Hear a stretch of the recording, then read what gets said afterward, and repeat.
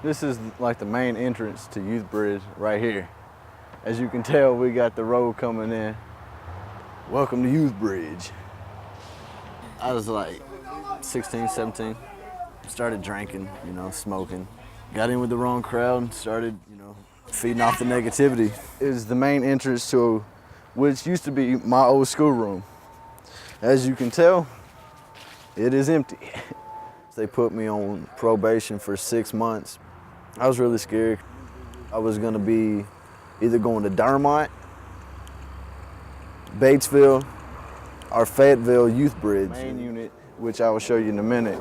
And we'll come back to class and stay there till lunch, and then we will leave and then come back. Thank God this place right here accepted me. That office right there is Miss Barbara's office. 100 pounds was lifted off my shoulders. I was really happy. Barbara is a counselor. And I was really nervous, how it's gonna be, like how's everything gonna happen. Is the essay classroom in which they got someone in there right now. And their schedule is just like 10 minutes faster than our schedule, in which we follow this. I've been here 4 months and about 2 weeks. We share rooms, 3 to a room, except for room 4, they got 4 in there. Closets got to be locked at all times. Basically follow the same routine over and over. Let's see, Friday. 6:15, we wake up, dress, common room. That's substance abuse. Wake up, dress, common room, breakfast, hygiene, chores, and 45 minutes social skills, expectations, and meds. Then school, break, school, lunch, chores, school, yoga, missed that. We're kind of bad kids when we first get here. We don't have like all our school because some of us drop out or some of us don't really care. And Mr. Kelly, he'll try and get us back on the right track. And Mr. Kelly helped me by getting my GED. I've known Jared ever since the first day of school this year. A lot of kids come here with the idea that they're incapable of doing well in school because of their past failures. Man, I can't even do it anymore. I used to do it. Once they start succeeding and doing well, a lot of times their attitude changes towards school. And when they leave here, they're excited about going back to school because they're learning that they're capable of doing it. When I leave here, I'm definitely going to college. I'm gonna go to college and get a degree in architectural design. Jared has the ability to look towards the future and make decisions in order to reach goals. He has more self-esteem now. If you're doing really good, you get a higher level of expectations. I was lucky I was good enough to get it, and now I have pre-mentor. When you get leadership, really, you're starting to become a leader and you're starting to move away from other stuff and you're thinking positive. He would talk to me quite often at night before they would go to bed about, going to school or trying to get a job, just things to better himself, once he left the program. I actually think he's a pretty good guy, man. He seems to want to work hard. He seems, sincere about working the program and bettering himself. Basically, what really motivated me was to get back with my family. They're definitely proud of me.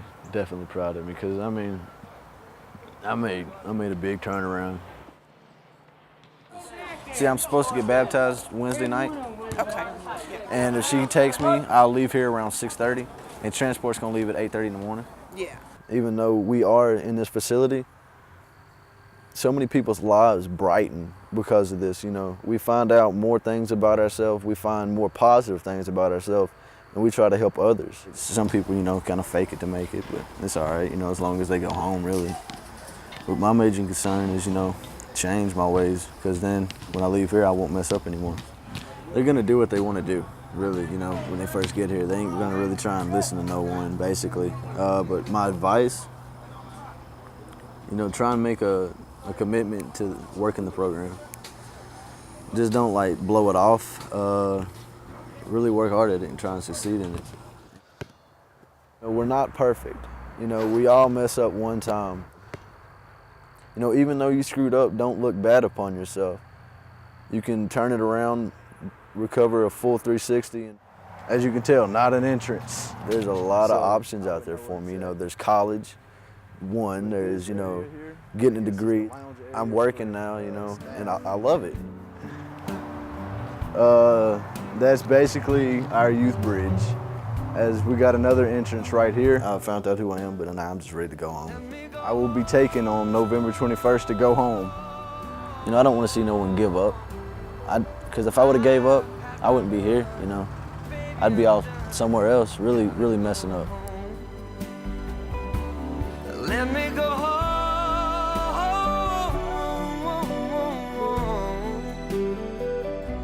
It'll all be alright. I'll be home tonight. I'm coming back home.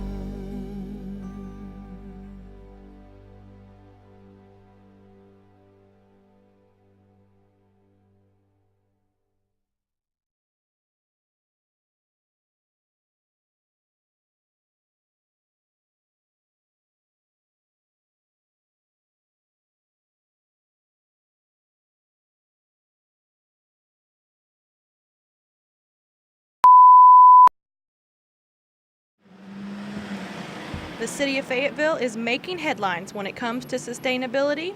In fact, it's made its way to the New York Times. More people in New York City know what's going on in Fayetteville, Arkansas than people in Fayetteville, Arkansas know. Yeah. Isn't that amazing?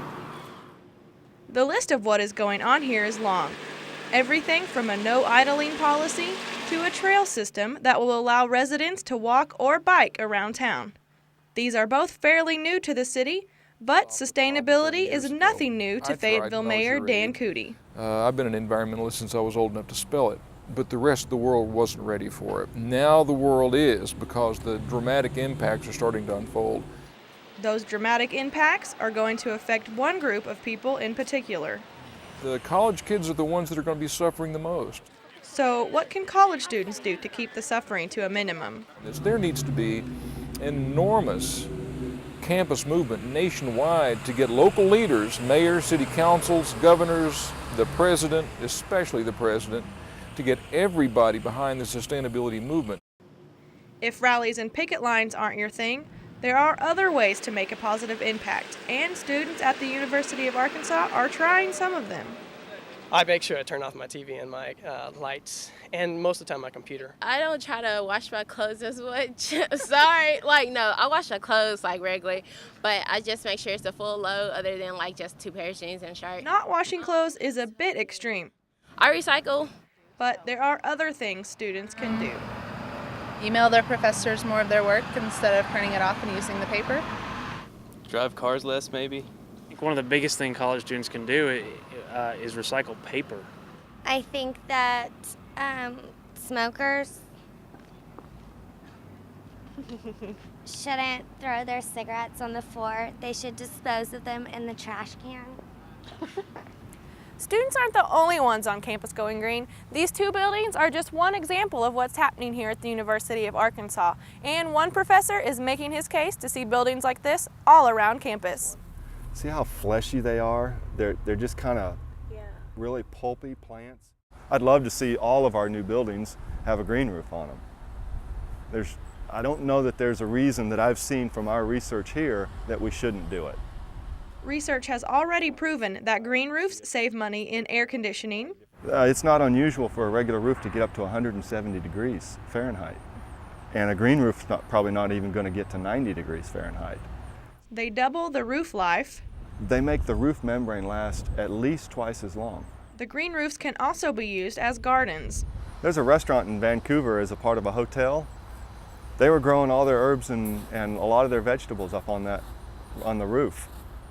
It saved them like $50,000 a year. Despite all the benefits of the roofs, Boyer says people are still skeptical, and maybe rightly so. Will every building have it? No, I don't think so. And not necessarily every building needs to have one, but there are certainly buildings that should have one. With the combined efforts made by the university, its students, and Mayor Coody, Fayetteville is becoming a city that others can look to for ideas on sustainability. For On the Hill, I'm Andrea Bingham.